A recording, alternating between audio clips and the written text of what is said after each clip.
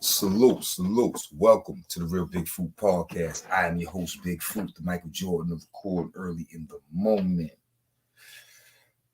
Y'all see the title, man. My story of the homie, the Comrade, and the OG, Lil Na, C74 legend. Brooklyn, stand up, Bed-Stuy, salute, NA rock. Y'all know what it is. Yeah, man, I told you I was going to start 2024 off right, and that's exactly what I'm going to do. I'm going to start 2024 off with a bang. I'm going to start it off with a bang with my story of Lil Na, C74 legend. Now, I know y'all saying, if he told all these stories about Brooklyn, Bronx, and C74 legends, why he just telling NA's story? First and foremost, let me say this, right? Shout out to NA. The whole time your boy been on YouTube doing what he do, Lil Na has been a friend and a subscriber to the channel. Lil Na watch the channel faithfully.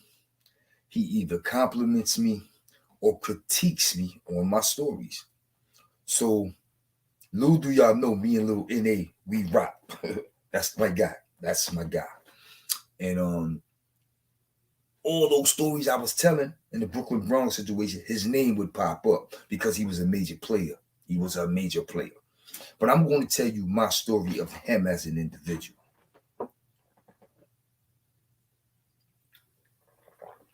Now, Lil Na went through C74, probably 89.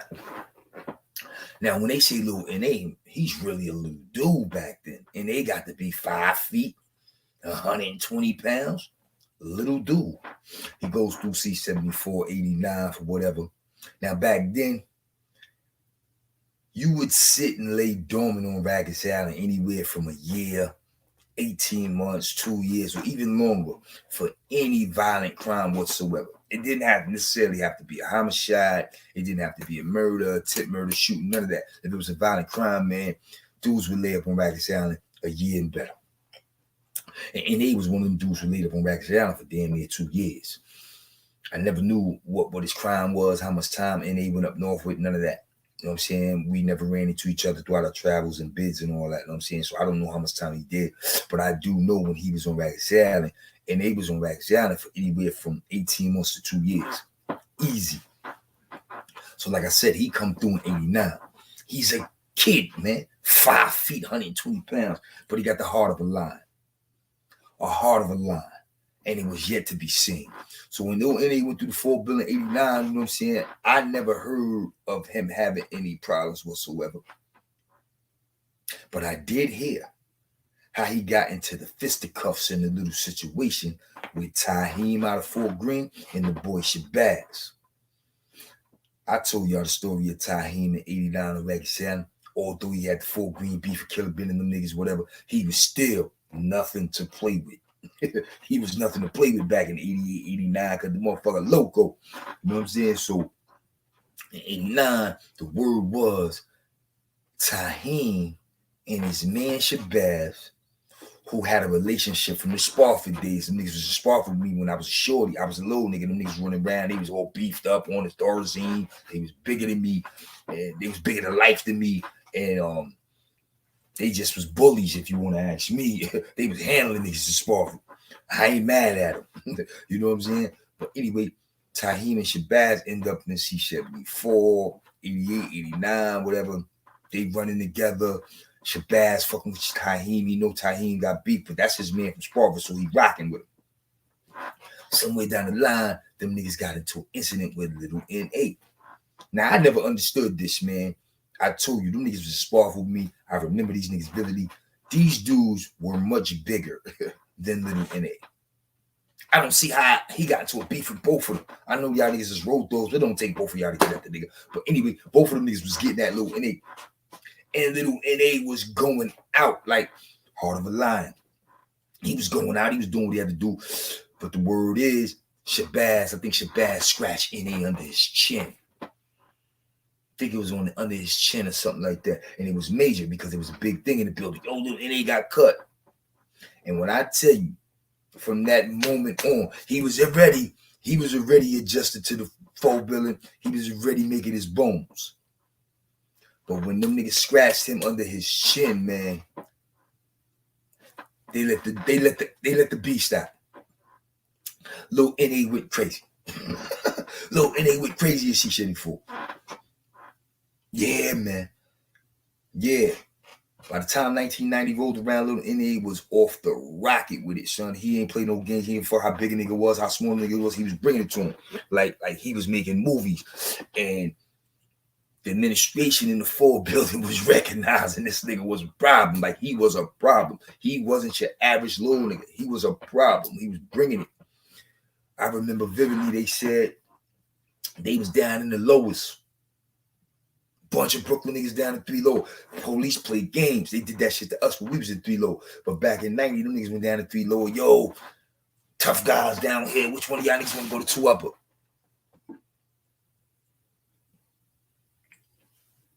Now we all know it's the Brooklyn Bronx shit going on. Up in 2 upper, 718 is a no-no.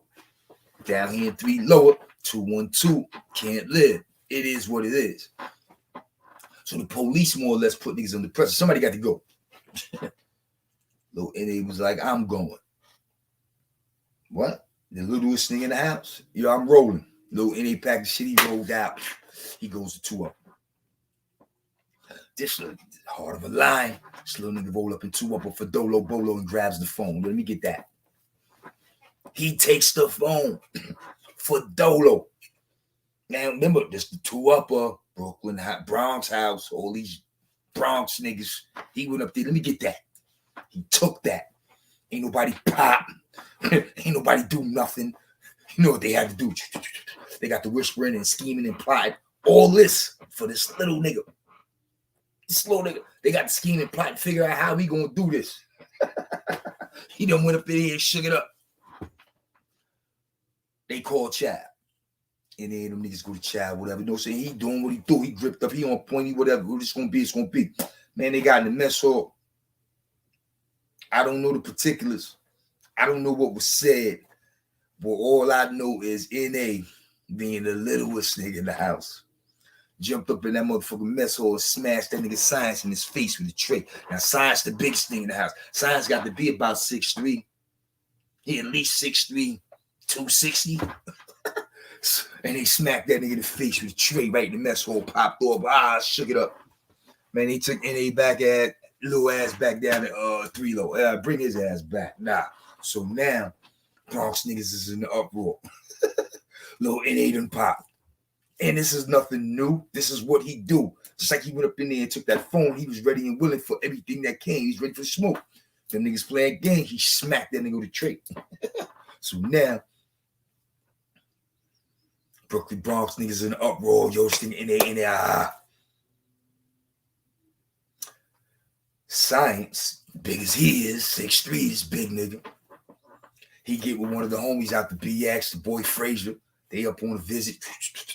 NA up on a visit. These 2 big niggas jumped on NA on the visit, son. He went out. When I told you how little this nigga was, he went out with these 2 big niggas. These big niggas wrestled this nigga down, cut him on a visit, beat him up with all that shit, right? So now niggas know what it's hitting for. Yo, I think NA was in the bang at the time for smacking the nigga with the tray. So he was in the bang when the shit happened on the visit. So when you go back to the bang, yeah, the building is in the uproar, my nigga. The Brooklyn Bronx shit is already brewing. It's already brewing. Minor incidents here and there. A couple of major incidents. But this one, that shit heightened the beef because that's the homie. Little NA. Niggas jumped on NA. Is you crazy? 2 niggas? Nah. The first one to set that shit straight was none other than the general, Mo Dog. Because I don't know what the fuck happened in 2 upper, but they fucked around and sent Signs down to 3 low. I guess he thought he was NA. Y'all going up in there. Went up in there and Dog gave him the business. Yeah, the general gave him the business, son. That's a fact. Dog gave that big nigga the business. You don't come down here in front on Brooklyn niggas, and you definitely don't jump on little NA. So Dog plugged that nigga up nice. Sent Science on his way. So now, Lil Na in the bank, he huffing and puffing. Niggas done jumped on him. He mad as a motherfucker. Man, them niggas went to the yard and one man bang. All these bang niggas, Brooklyn niggas, Bronx niggas, supposed to be heavy hitters in the building. Everybody got cuttings under their belt. Niggas in the yard, gripped up. Man, that little nigga NA came to one man yard and said, it is lit. He started a full-fledged ride. He popped on them Bronx niggas, and he started a full-fledged ride in one man yard back in 1990.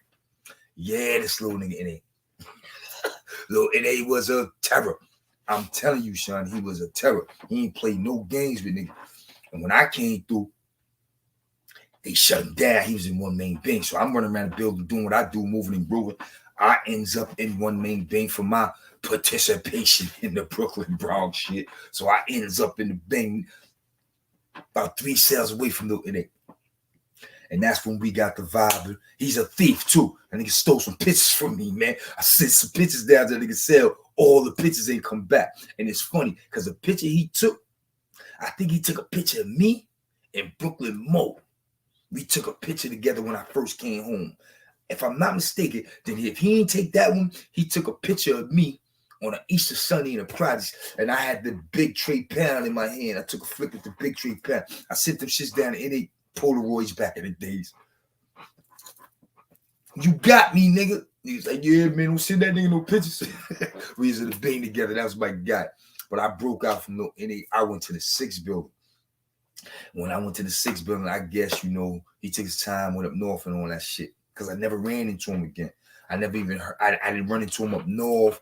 I never heard about him being up north. I don't know about the jail he was in. I don't know about niggas being around him, doing biz with him, none of that.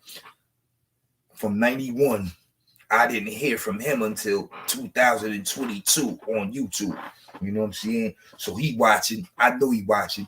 I'm going to do him right, Mr. Eugene Thomas, a.k.a. Little N.A., the homie, the Comrade, and the OG C74 legend. That's my guy, son. Word. Word the mother. Or used to hear Little N.A., Little N.A. At the time, I hadn't seen him yet, right? So we in the big. So he like 4 cells from me yelling on the gate. You could tell he a little dude, but I haven't seen him yet. Man, they ran in the showers one day. That nigga came out of his cell for a shower. He was so tiny. I'm like, this little nigga raising all this hell in his building. Police love him. They respect him. Niggas feared him. And he had a heart of lion. You know what I'm saying? He is by far one of the illest that come through 4 building. You know what I'm saying? Little N.A., a.k.a. Mr. Eugene Thomas, man. N.A. Rock, Brooklyn's finest. He repped the 4 building like no other. He was in the 4 building from late 89, from probably like 89 summer to damn near 91 summer. I told you, he was in there for about 2 years, man. And he made his presence felt in 89. He made his presence felt in 90. He made his presence felt in the Brooklyn Bronx, babe. And he made his presence felt in 91 before he took his show on the road up north. So he represented. He's a legend, and his story should have been told. You know what I'm saying? But let me tell you, man, you had to see this guy. I'm talking 5 feet, 120 pounds, if that. If that. Matter of fact, he might have been a little bit bigger than 5 feet because when I met him, he had the flat top. And he had the little flat top.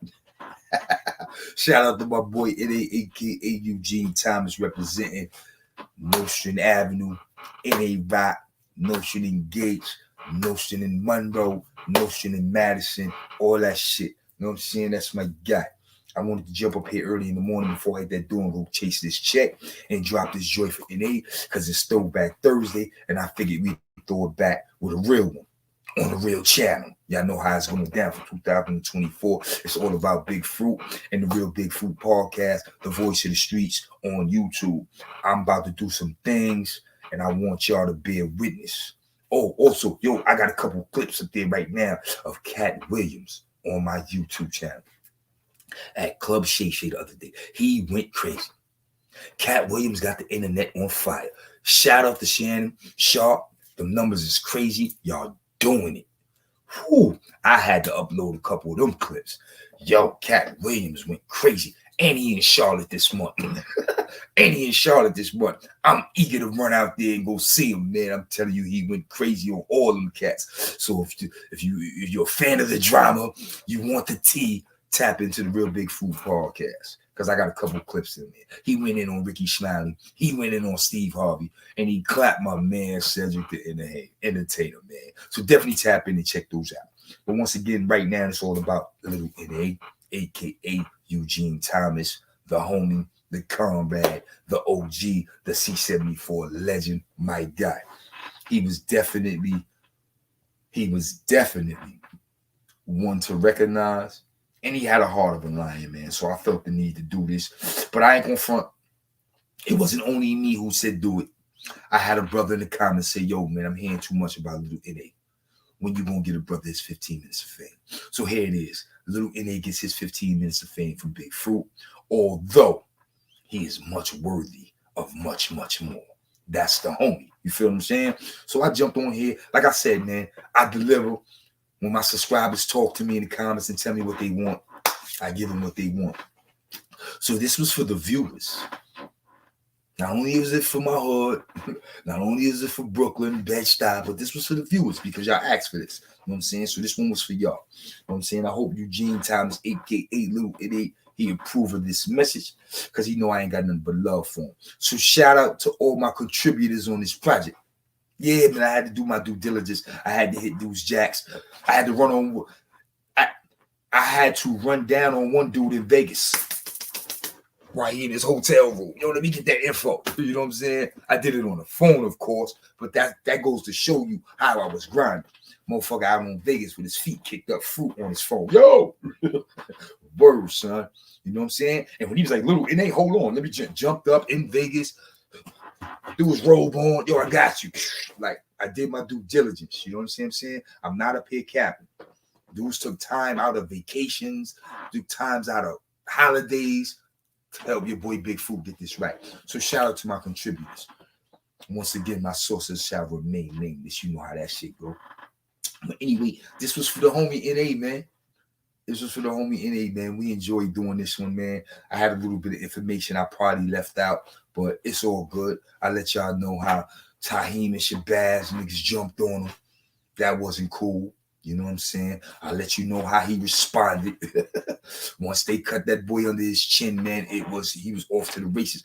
To this day, I don't know if he ever got back at Taheem and Shabazz, but a whole lot of other motherfuckers paid for it. Believe that. Because when NA got cut under his chin, it was no looking back. So he had to beef for Taheem and Shabazz. Then he went up to 3 lower. Dolo Bolo. I mean 2 upper. Dolo Bolo. He took the jack. Then got physical and smacked Science in the face with a trick. Like, yeah, the little NA started the full-fledged ride in 1 main yard. Yeah. And every time he saw Science, 1 main yard. See, remember I told you this little nigga love popping off on big niggas? 1 main yard, to be exact, 1 main yard. He popped on the nigga named Gargamel. That's the nigga who cut butter. That's the nigga me and Gabby G went up in the day room, poked that nigga all up. I stabbed that nigga with so many pins, they could have used him to write my ticket. You know what I'm saying? All that ink I put in his ass. But, and they popped on that same big nigga before me in the yard in 1 May, and they popped on that big nigga. I don't know what it was about him, son. He ain't want beef for little niggas. He went right up to that big nigga in 1 main yard and got it to shaking and started the full-fledged ride. So NA was one to recognize. He will forever be a C74 legend. You can't take that from him. You know what I'm saying? And every beef he had, he went head on for Dolo. He ain't look for niggas to help him. He went for Dolo. And every nigga he went at was 2 times bigger than him. So you gotta recognize Lil Na. You know what I'm saying? When it comes to these C74 Rikers Island legends, you can't leave NA off the list. I'm not. He's top 5. He's my top 5 in C74. Real talk. Listen, man, it's your boy Big Fruit, man. I enjoy getting up here talking this C74 shit. You know how we do. But it's early in the morning, and your boy about to hit that door and get a check. So I'm going to sign off by saying, NA, this one was for you. Hit me in the comments. Let me know if you liked it. Let me know if I forgot something. Let me know if you want to do a part 2. Hit me up. Once again, it's your boy Big Fruit, the Michael Jordan of court early in the morning, and it's time for me to hit that door and go get some get back. Yeah, the holidays is over. It's time to get some get back. Get your money back. You know what I'm saying? So the boys out the door. Until next time, y'all be easy. Salute.